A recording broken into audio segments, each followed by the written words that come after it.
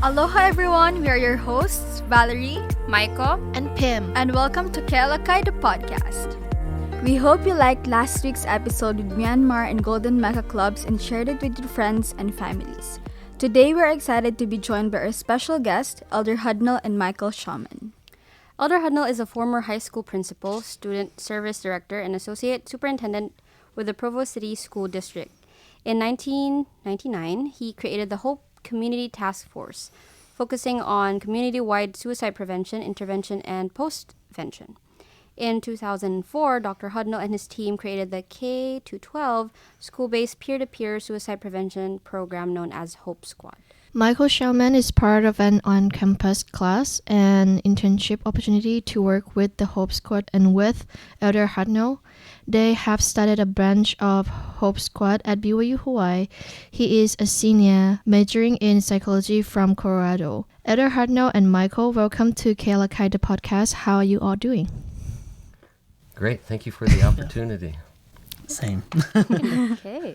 My co-host and I were talking about the list of guests that we want. We initially thought of the Hope Squad because I've heard it from Michael. Michael's my friend, actually. I visited the webpage of Hope Squad, but I've never heard about it before. Can you tell me what Hope Squad is, Elder Hudnall, and what led you to establish Hope Squad?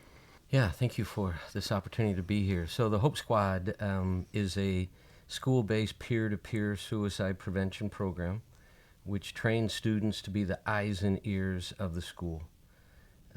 As a high school principal, I lost 5 students to suicide, spoke at a few of their funerals, and then I was contacted by the Provo police one evening. They asked me to come down and help identify the body of a 14-year-old who had taken his life. It was one of the most difficult experiences, and after that I made a vow that I would do everything that I could to help prevent suicide. And so the next year, our Provo City School District was averaging 1 to 2 suicides a year.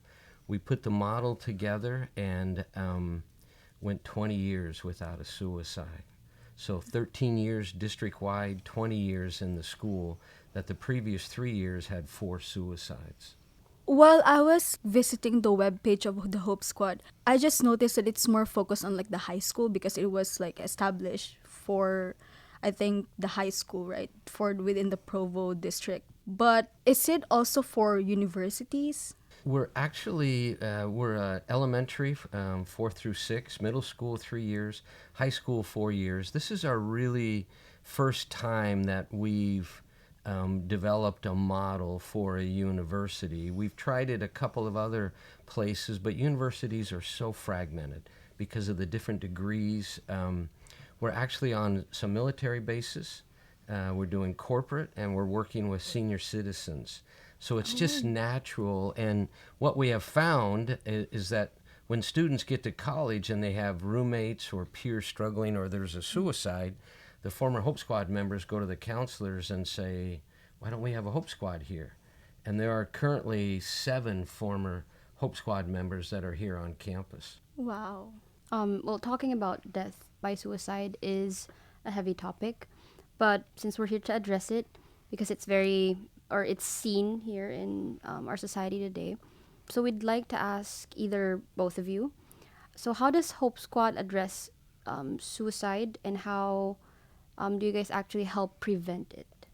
Good question. Well, with being on the intern group and kind of learning from Elder Hudnall, we have a curriculum that helps our, nominees and members of the Hope Squad kind of learn how to identify risks of suicide, how to ask the appropriate questions, and how to kind of navigate, I would say, an effective and efficient communication or conversation with the person that might be experiencing, thoughts about suicide. And so Hope Squad, we're a group, right? But we're also taking that time and opportunity from Elder Hudnall and, our group to learn about how to navigate, recognizing suicide and its factors and its risks. Does that answer your question? Yeah. I'll add to that, Michael. Thank you for sharing that. What we do know is the number one reason young people ages 26 and under take their lives is they feel all alone. And so the most important thing is that we can start training young people like yourselves how to recognize those individuals that may be struggling. The second thing is that young people don't want to die. They want the pain to go away, but they don't know how to make that pain go away. And so they're looking for that because they're in a lot of pain and hurting, whether that's emotional, spiritually, physically, whatever it is.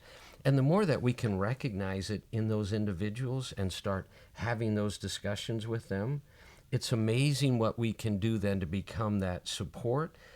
And QPR says it best. QPR is one of the world premier mental health trainings. It stands for Question, Persuade, Refer. So our young people, our students, not young people, these amazing college students are taught how to question, so they recognize someone that may be struggling, and then how to persuade. Maybe it would help to talk with a school counselor, and then make a referral for help. Now that we've talked about how to help or see what your group does, I want to ask, how did being in Hope Squad impact both of you? Well, I am currently in it. This is my first semester to kind of help with it and kind of see what's going on with the Hope Squad. And I've been impressed by just how much of a difference it makes by the numbers of people that are associated with the Hope Squad. So first of all, with the difference, the reality is suicide affects everyone, right? No matter what age you're at, no matter what status, we all go through different degrees of mental health and different stages of life. And so, with Hope Squad in particular, it teaches, that everyone needs support, everyone needs care, and that it doesn't matter who you are or where you come from. We could all use the help. We could all use that conversation. And so it's impacted me in that way. It's the influence it has on so many other people's lives and teaching people how to care about each other with a meaningful conversation, with just recognizing when someone needs that care, And then with the numbers, it's amazing to see how much Hope Squad has grown and how many people want to be a part of it. People, just as we've mentioned, they don't want to die, right? They want the pain to stop. And we can all relate, right? We can all relate to that in some degree or another. And so to be a part of something that, directly deals with helping the pain go away is amazing. And so to see that many people to be a part of that, I guess, I don't know how to say, taking away that pain, to be a part of that group and to be a part of the numbers, it's really amazing to see. So our mission is 18 months, and we've been here 9, and it's exciting, like Michael said, to see the number of individuals. When we were here early on, we were invited to do some ward presentations, fifth Sundays, and I remember doing a presentation at the Stake Center, and afterwards these 3 students came up to me, and the one student was crying, and she came up and hugged me, and she said, "We've been praying for you to get here." And I went, "Wow, you do that for all missionaries?" And she said, "No, actually, the student that took her life was a friend of ours. And we've been wanting to be able to have permission to talk about it, but we didn't know how. And the university struggled with figuring out how to talk about it." And I think that's what Hope Squad does, and I hear this a lot from administrators and the many different schools. We've had now over 20,000 students referred for help as being identified by Hope Squad members, and over 3,000 hospitalized. So we know the process works, and it's not some magic pixie dust that we sprinkle on Hope Squad students. It's like what Michael said, what we're doing is training them what to watch for, how to reach out to that friend, and then most important, to know what to do, how to help that person. And I think that's the power of it, is we're really learning how to put our phones aside and how to become friends again, how to have that integral relationship. Because no one wants to be a project, but everybody wants to be cared for. Love that. That's true. I agree. In each school, there's a lot of initiatives that address mental health problem. How would you say that Hope Squad is different from other initiatives? Yeah, a great question. I'll jump in, Michael, and then you can add yours. Okay. I can see the world, the brain there thinking. One of the things what's been exciting for me is the number. The year before I came on our mission here, I had 59 Delta flights. I presented to the Minister of Education in Madrid, Spain. I got to present Northern Ireland. I was up in Canada. And the things that we found to be true that makes us different is we're boots on the ground. A lot of other programs are one and done. They do great assemblies, or they get the most popular kids to be in their program. We get students that are nominated by their peers. I was in a school back in Ohio, and they were doing the nominations, and there were 3 young men. I think they were juniors or seniors in the front row.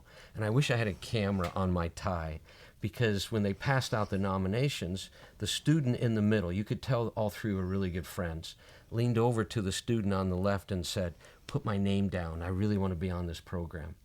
And the student on the right kind of leaned into both of them and said, "Are you kidding me? You're such a jerk at times. I would never come to you if I were hurting." And I went, Shazam, that's the program.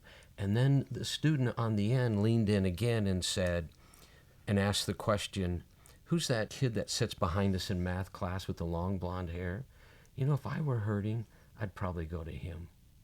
That's it. That's exactly what the program is building this core of amazing individuals who are taught. They're already natural helpers because of the nominations. We worked through the clubs, and all the club members were able to nominate. And the question we ask is, if you were struggling emotionally and needed to talk to someone, list the names of 2 to 3 peers that you would feel comfortable going to. So that already sets us apart from all the other programs. Some of the programs will come in and say, "Who are you most popular?" And we want to work with them because they're the influencers. Well, having been a high school principal for many years, I had amazing years of student council members. But I also had years that my student council members were wealthy, they were popular, but they weren't very nice. And very few of the other students would go to them. And I see some of you smiling, nodding your head. When I share that, everywhere I go, people go, "Yeah, I remember those." So we try to build that system from within instead of from without, so that you get to choose someone that you would feel comfortable going to. Well, I was just gonna say, as well as we are different in the sense that we are more, I would say, relevant to us, right? We're, mental health services are great, professionals are even better, but just as Elder Hudnall was saying, we have the boots on the ground, right? Students that are like us, other students, right, who are experiencing maybe similar stresses, right? And so it's good to go to someone that has that empathy, has that connection that maybe you have as well. And so it's relevant directly to the students. Just a follow-up question. How does the nominee works? Is there like a checklist or like a day where you can like vote or something? Yeah, so we worked, we were very lucky because we got to work with Terry Moe, who is over all of the clubs, and he teaches a class to all of the club presidents. So we got to go and do a presentation to them explaining the program, how it works, what the nominations will work. And then we developed a QR code. Thank you. We developed a QR code for every club. And the club presidents went back and met with the clubs and said, "Take this," and then it would pop up. They explained the program, how it works, why it's important to have it on campus. And then when they, on the survey, they were able to nominate those peers within that club. So instead of doing 3,000 student-wide, we wanted to narrow it down smaller and smaller, because the more you can break it down, there's more chances that those students know the rest of those individuals within that club. So then once we collected all of those names, we sent a letter out from our department and let the students know, "Congratulations, you've been nominated. We'd love to have you come to a first night explaining the program, awareness, and then they could choose whether or not they wanted to be on the program. You mentioned that you go to like you ask like struggling student to mention maybe 2 or 3 peer that they would go to if they struggle. Any student, so not Any just student. struggling. So any student. So Oh. every student in that club, like New Zealand, 200 students, got to go online and nominate 2 to 3 students that they felt comfortable going to. Oh, what if if a student doesn't know who to go to? And that, that's a really good question, and that's been brought up as I've been around teaching on campus. Students will come up and say, well, I didn't know anybody. So then one of our goals is to make sure that the Hope Squad members get out and explain what one of the lifesaver assignments of introducing themselves. Yeah, so every week we try to, as part of our training, we try to give what we call a lifesaver assignment in hopes that we present an opportunity for you to be able to go help someone else, right? Kind of be that lifesaver for someone else. And so one of our lifesaver assignment was to look for an opportunity to maybe introduce yourself as a Hope Squad member. Now that we've gathered the nominees, now that we've created a Hope Squad, we want to be able to, promote it. And so the best way to do that is with the members themselves.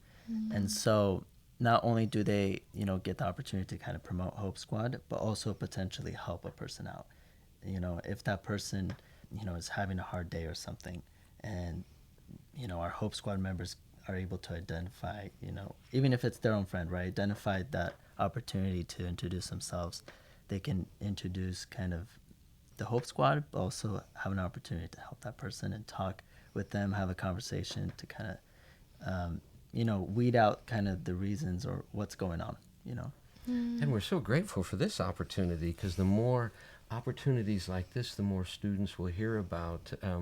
One of the Hope Squad members shared with me that a fellow student came up to them and they had their shirt on and said, you kind of help friends that are struggling? Yes.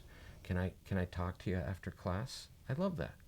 Right? And so every week we do role playing, and we role play, and we practice, and we practice, and we practice. Because talking about suicide, talking about depression, mental health issues can be very overwhelming, can be very challenging. So one of our lifesavers was go out and introduce yourself to 5 other students this week. So sit with someone you don't know at lunch that's sitting by themselves. So you're going to see more of that creep into what we're doing. I like that. And have you seen any shift in how schools or community talk about the suicide since Hope Squad was founded, and how? Yeah, very much so. I had a superintendent contact me before our mission, and she was in tears, and she said, I just have to share this story with you. And she said, we implemented Hope Squad on Monday. By Friday, 4 referrals had been made. There's a large district, about 15,000 students. And she said one of them, the individual had put a plan together, had access to a gun, had planned it out, everything. And she made a comment that I've always remembered. She said, the thing I love about Hope Squad is that you're giving us permission to talk about it. We cannot prevent every suicide. I mean, that's impossible. But of all deaths, suicides are the most preventable. And the more we train individuals what to watch for, how to talk, and when to go for help is putting tools in everybody's hand. It used to be that we expected the public health individuals to take care of mental health. But because of the challenges, even pre-COVID, but after COVID, it's all of our challenge to take care of it. And the more that we can know, the more that we can then intervene. We know that the Hope Squad has expanded beyond Utah and even here at BYU-Hawaii. So what are some of the biggest challenges in terms of expanding, especially here in our university? Yeah, it's a really good question. Our challenge is that universities tend to be very fragmented because you have so many different majors. And there are some students, when they hit to be, juniors or seniors, they spend all of their time in certain parts of the campus. They're not running to English and then over to another class across campus. And when you start to specialize, you get pulled away from the interaction, and you start to interact with a smaller group versus a larger group throughout the day.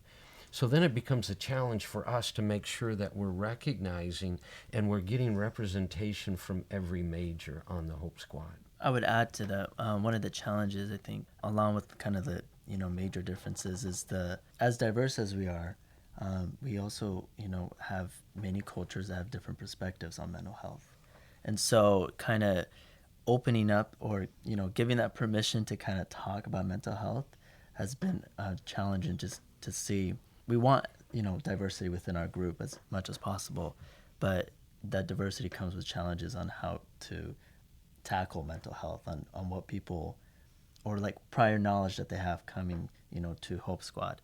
And so we've been as we talk about it, we're hoping that our members are able to learn a little bit more about mental health and just understand that they can talk about it, right? And they can be themselves an advocate for it. We have a counseling services here in our school. How do I know we've talked about it earlier, but like we kind of just want to know, like, how do they differ from each other, the Hope Squad and the counseling services? Because there's this part where it kind of like bridges, where you refer them to like professionals, right? Yeah, so there's actually 3 or 4 levels. You have the CARES program, and the CARES program is a really good program that monitors students that are struggling academically, emotionally, etc. Then you have the counseling center, and the counseling center is just an amazing place where students can go and get help. But there's a natural stigma associated with the counseling, and it's that way on any university, on any campus. It's not just BYU-Hawaii. It's BYU Provo that I've done a lot of work with, and it's actually in public schools that way. Because we think if we have to go talk to a counselor, we're crazy, or there's something wrong with me. When in reality, talking to a counselor can be one of the best things that we can do. And so our job is, we don't train Hope Squad members to be counselors or therapists. We train Hope Squad members to get students that are struggling to the counseling center. But there's another piece that is really important, and that is Dr. Doug Gray. He's my mentor, child psychiatrist from the University of Utah. And he shared with me one time that you could have 100 students referred to the school counselor for suicidal ideation, meaning that they're thinking of harming themselves. He said 97 of them would never need to see a professional if they just had a friend to talk to. And that's really what, I was on a talk show, NBC Nightly News, and one of the reporters said, okay, Dr. Hudnall, sum it up. If you were to say, what is Hope Squad really? What are you trying to do with these young people? I said, I really think we're training young people on how to be friends again, because technology has overridden that ability for us just to sit and chat, for us to get together. And now I think BYU-Hawaii does it better than anybody, and I've been on a lot of campuses, but there's still a long ways for us to go, because there are many students on this campus who feel invisible, who feel left out, who feel overwhelmed with the personal challenges that people don't talk about mental illness. In the past previous years, we would share with someone, if you're hurting, let me know and we'll get you help. And people would come to you, oh, I don't feel very good, or whatever, oh, let me get you help. People that struggle with a mental illness don't want anybody to know.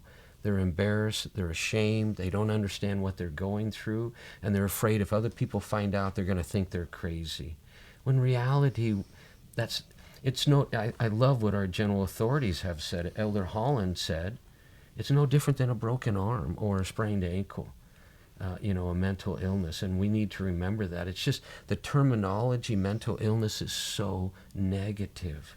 We're trying to chip away at that and reduce the stigma, that to understand that everybody hurts at different times, and that it's okay to talk about it, and it's okay to ask for help. Thank you for that, Elder Hudnall.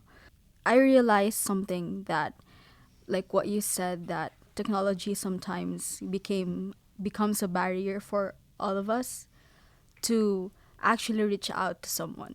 We can, like, through technology, you can connect to someone through like text, messages, all those other things. I feel like to actually make a connection to someone, be their friend, it's what's hindering us sometimes, or most of the time.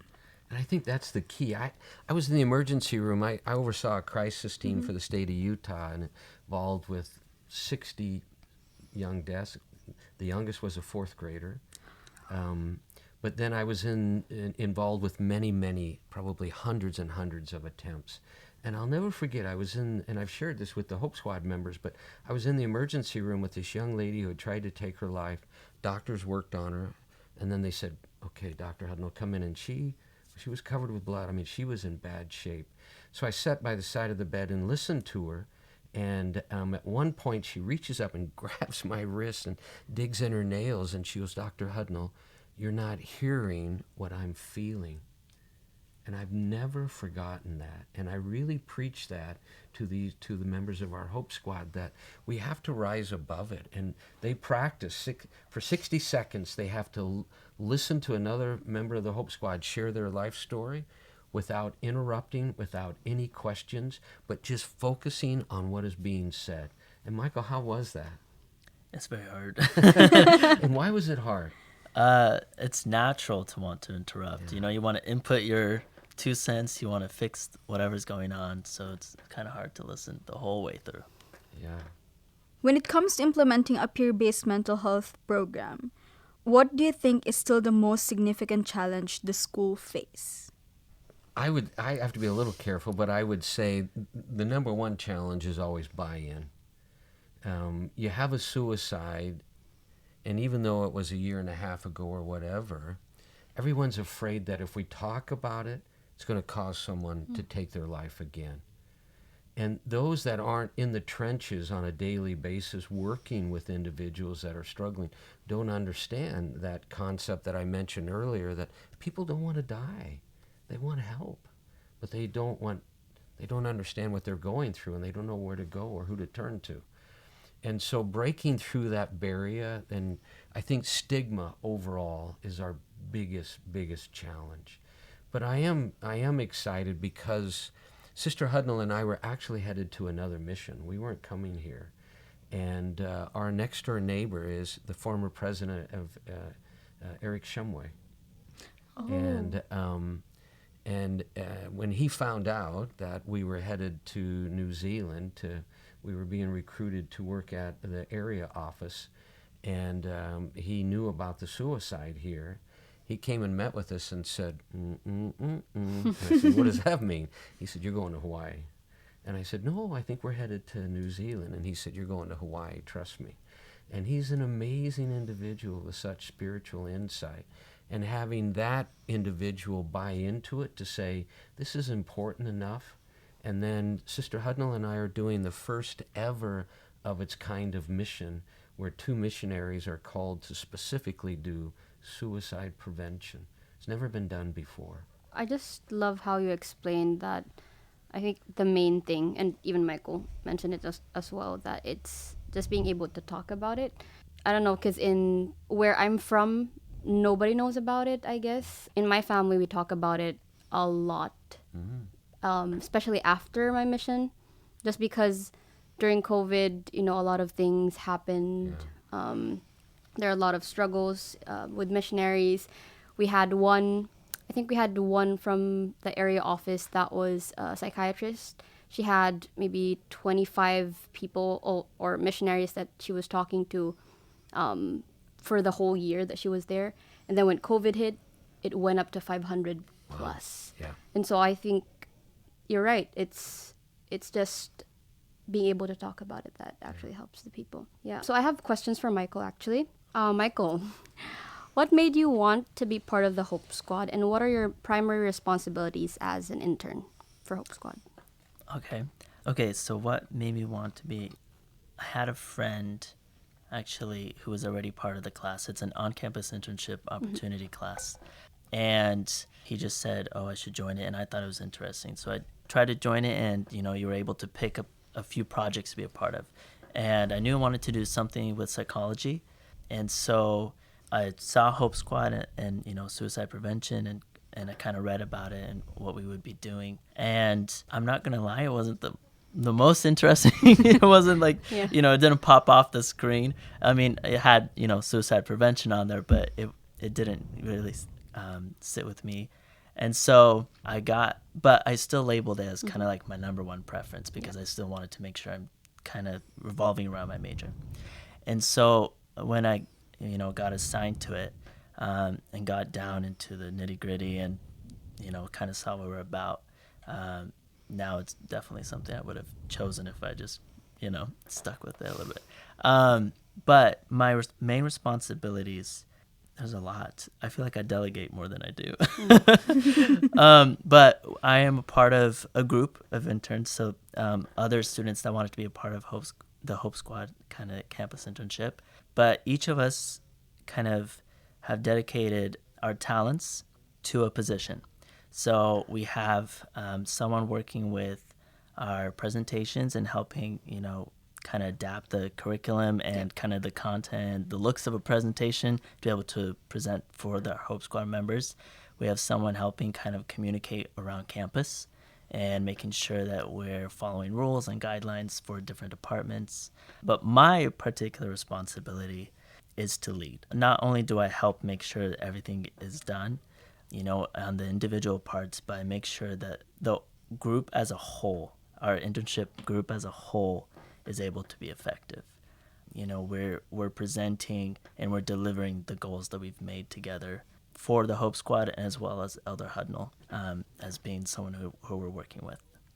Michael has been amazing and has really helped us get to the level that we're at because of all of his hard work and dedication. He's been my right hand the entire time. I have a question for you, Michael. Okay. Since you've been working here, how long have you been working here again? At BYU-Hawaii? No, with the Hope Squad. Oh, so it's just this semester. Yeah. Have you ever heard the term mental burned out? Is it? Like burnout or mental burnout? But like mental, when you listen to someone's story or when you listen to someone's problem and then you feel burned out. Oh yeah. Yeah. What's absolutely. the term for that again? Well, I think you would call it maybe emotionally draining. Yeah. Yeah. Yeah, I guess. Have you ever feel that when you were helping people? Within Hope Squad? Mm-hmm. Well, You can be honest. in my responsibilities and making sure like things come together, Mm-hmm. it can be a little draining just because I'm a little perfectionist. And so I kind of, I make sure everything's done the right way and, on time. But in terms of helping someone through, something maybe that is stressing, them out, or maybe they're going through something, I want to be there. I love having those conversations and communicating with people that need help. Yeah. So, yes, I do get drained out a little, I think everyone does eventually, but I try to be there more than not. Yeah, like from my personal experience, I have a friend who's struggling and I want to be there for them, right? And sometimes like when she's in the zone where she like struggle and she repeatedly talk about that, like I want to be there for her, but at the same time it kind of like I just feel drained. Do you have advice, or like for me or anyone who trying to be there for others, but like I have my personal problem too, and sometimes I already get like I just had a baby, so like I'm dealing with like postpartum and things like that, but then at the same time I have a friend who struggle really really bad. Like how do I balance my personal problem but also be there for others? So I'll just give you a couple of pieces of advice that what I've learned through the years.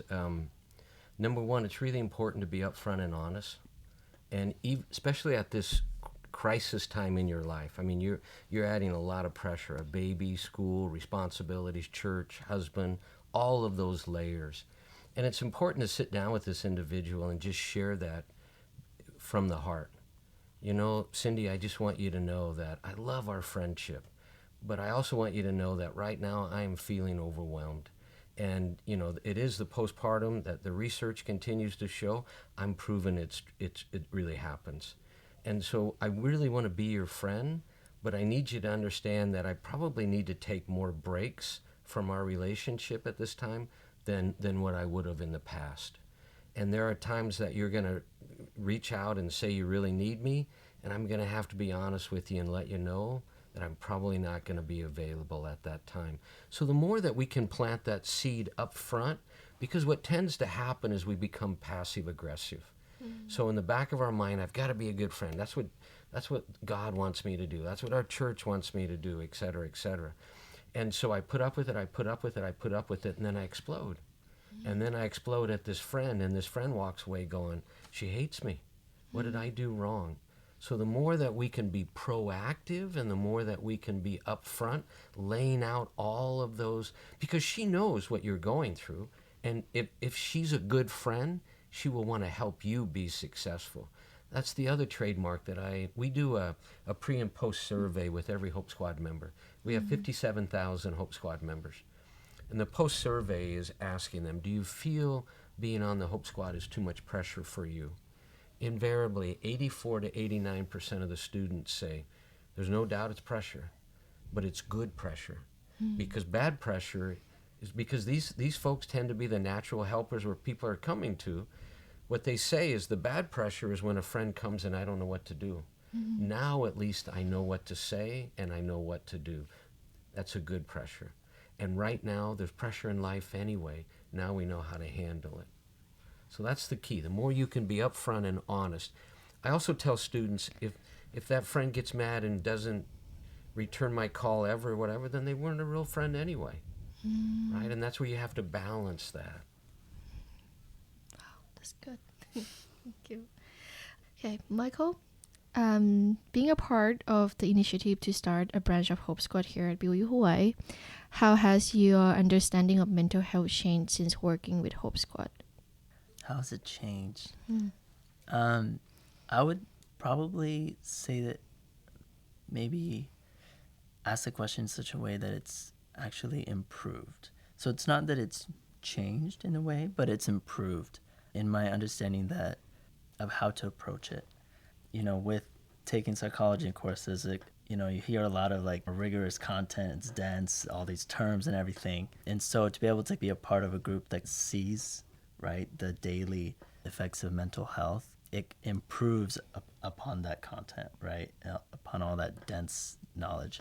Hope Squad has improved my understanding of how to approach people, and as well as how to take care of myself, so that way I can approach other people and help them when they are in the need of help. That's good. What's one moment during your internship that reinforced why this work is important? Last Wednesday, Elder Hudnall had this great idea of singing "We Are the One, We Are the World" by Michael Jackson. A whole lot of groups, right? They made the song of "We Are the World," and it's a song that helps people come together and realize that we need each other to take care of each other. And so while we were all singing it, it was kind of funny. Everyone's different voices and ability to sing, but in that moment you kind of realize we're all trying. This program, it's not perfect, right? But the people in it are trying. They're trying to be there for people. They're trying to learn. They're trying to save lives. We need each other to take care of each other. And so that moment in particular, so last week, was probably a really good moment for me. Thank you for that, Michael. So just to wrap up, for both of you, Elder Hudnall and Michael, what advice would you give to someone who wants to get involved in mental health advocacy but doesn't know where to start? And how do you think young people can best support their peers who might be struggling? I'll take the first one. So how can they become a part of something? Yes. A part of Hope Squad? How they can become involved in mental health advocacy but doesn't know where to start. Doesn't know where to start. If they don't know where to start, then I would say find the counseling center first.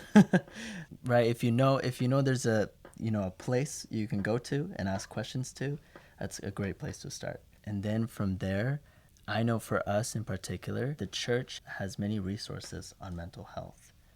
And so if you're kind of really lost at it, there's a lot of opportunities actually in your phone, in the Gospel Library app, and as well as on the church website. And you can kind of navigate mental health. You do your searches, services or mental health services, and you can find a lot on what the church can offer and how the church allows, how the church initiates individual effort. Maybe you start praying a little bit more on how to receive other people in your life that might need help. And so in that way, you start becoming an advocate for those people. You start, praying a little bit more, you listen to the Spirit, and then the opportunities come into your life. So that's kind of a spiritual framework, and then maybe a little bit more like the literal framework is, find the counseling center, see what they offer, find the CARES team within, the Aloha Center or Lorenzo Snow Building, and just see where you can get started. I hope that as the program grows, that more students get involved. You're going to start seeing activities sponsored by the Hope Squad. So we hope that students will support those activities. It takes 2 to 3 years to change the culture of a school. It doesn't happen overnight. So that we know over the next couple of years, we've really got to focus on reducing the stigma, educating the rest of the school population. You look at Professor Orr, what he does in the psychology department with his annual walk, what the counseling center does in September with the International Day of Suicide Awareness. Those are the things that we would hope more people would get involved in, so that they start to be educated and understand what they can do individually, and then what they can do as a whole, as a group. Thank you so much for being able to educate us and telling us what we can do, as well as, just to be maybe like a friend to those that are in need, especially amongst our individual groups or like our peers. Thank you to our guests for sharing your wonderful thoughts and insights. Thank you as well to our listeners for tuning in and being with us until this moment. Don't forget to follow Alaka'i, the podcast, for more stories and insights. Be sure to follow us on Instagram at Alaka'i News and check out Alaka'i on Facebook and YouTube for more updates. You can also listen to the episode and future ones on Buzzsprout, YouTube, and Spotify. These are your hosts, Michael, Pim, And Valerie. see you next week.